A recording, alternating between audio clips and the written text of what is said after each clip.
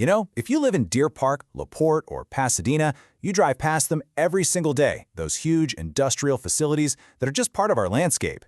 But if you ever really stop to think about what goes on inside, well, today we're going to do just that. We're explaining the vital role these chemical plants play right here in our backyard.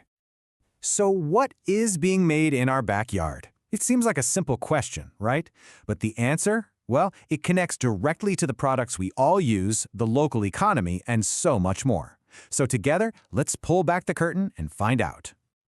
First up, let's talk about what we're calling the hidden infrastructure. This is really all about revealing the essential production that's humming along all around us, often just hiding in plain sight. And this quote just hits the nail on the head. I mean, think about it.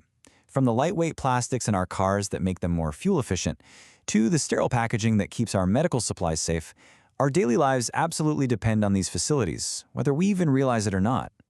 And this isn't some far-off abstract idea. We are talking about specific plants that are a huge part of the physical and economic landscape right here in our communities. That's what makes this so important for every single one of us who lives here. All right, so that brings us to the big question. What do these places actually do? Let's break down the basic process. What goes in and what comes out? You know, at its core, the process is kind of like a giant industrial-scale kitchen. A plant takes in its basic ingredients, those are the raw materials, usually things derived from natural gas or petroleum, and then it uses these really complex processes, like recipes, to cook up completely new and valuable chemicals as their output. Okay, so where does all this stuff end up? I mean, that's the real question that connects it all back to you and me, isn't it? And here is where it all comes together. A lot of our local plants produce these foundational chemicals, things like ethylene and propylene. Now, those names might not mean much on their own, but they are the essential building blocks for the plastics, resins, and fibers that end up in, well, almost everything, from the phone in your hand to the packaging on your food, the parts in your car, and even critical medical supplies. So now that we have an idea of what these plants make, let's zoom in a bit and look at their footprint right here at home, their direct relationship with our community. Because, you know, it's not just about the chemicals they produce. These facilities are massive local employers. So just how big a role do they really play in our local economy? We're not talking about a handful of jobs here. We're talking about thousands of direct jobs. These are highly skilled positions for engineers, operators, lab technicians. And the ripple effect is even bigger. It supports contractors, logistics companies, and all the local businesses that serve this workforce. It really is a cornerstone of our region's economy. But you know, to really get the full picture of a plant's role today, you've got to look back at its history.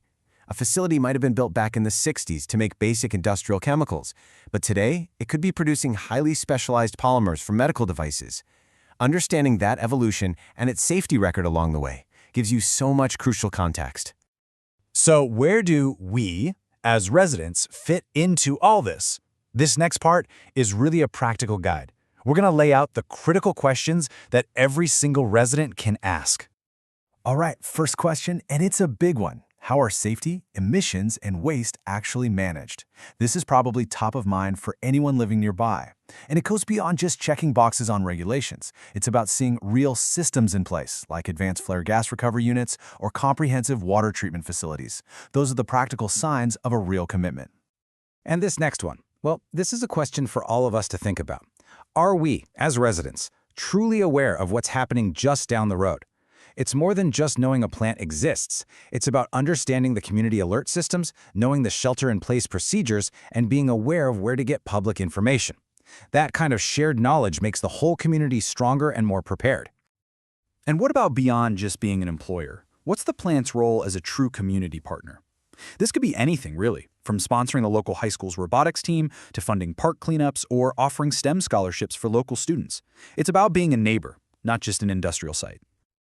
Okay, for this next part, let's just zoom out for a second and see how our local plants fit into the much bigger global picture. Think about it like this. That ethylene that gets made right here in Deer Park, that might become the resin that's used for food packaging over in California, which is then used to ship products all across the country. The materials made right here in our community are truly indispensable links in a massive global chain that we all rely on. So to bring this all together, here are 4 key steps to becoming a more informed resident. First, just identify the facilities in our area. Second, try to understand their core products. Third, learn a little bit about their history and local impact. And, maybe most importantly, never stop asking questions. So, we'll leave you with this thought. Now that you know the questions, what will you seek to understand about our community? The next step is yours. And this is exactly what we aim to do at Think and Act Locally. Provide actionable information for real, local impact right here in Deer Park, LaPorte, and Pasadena. If you find value in what we do, please consider supporting us at thinkandactlocally.com/donate.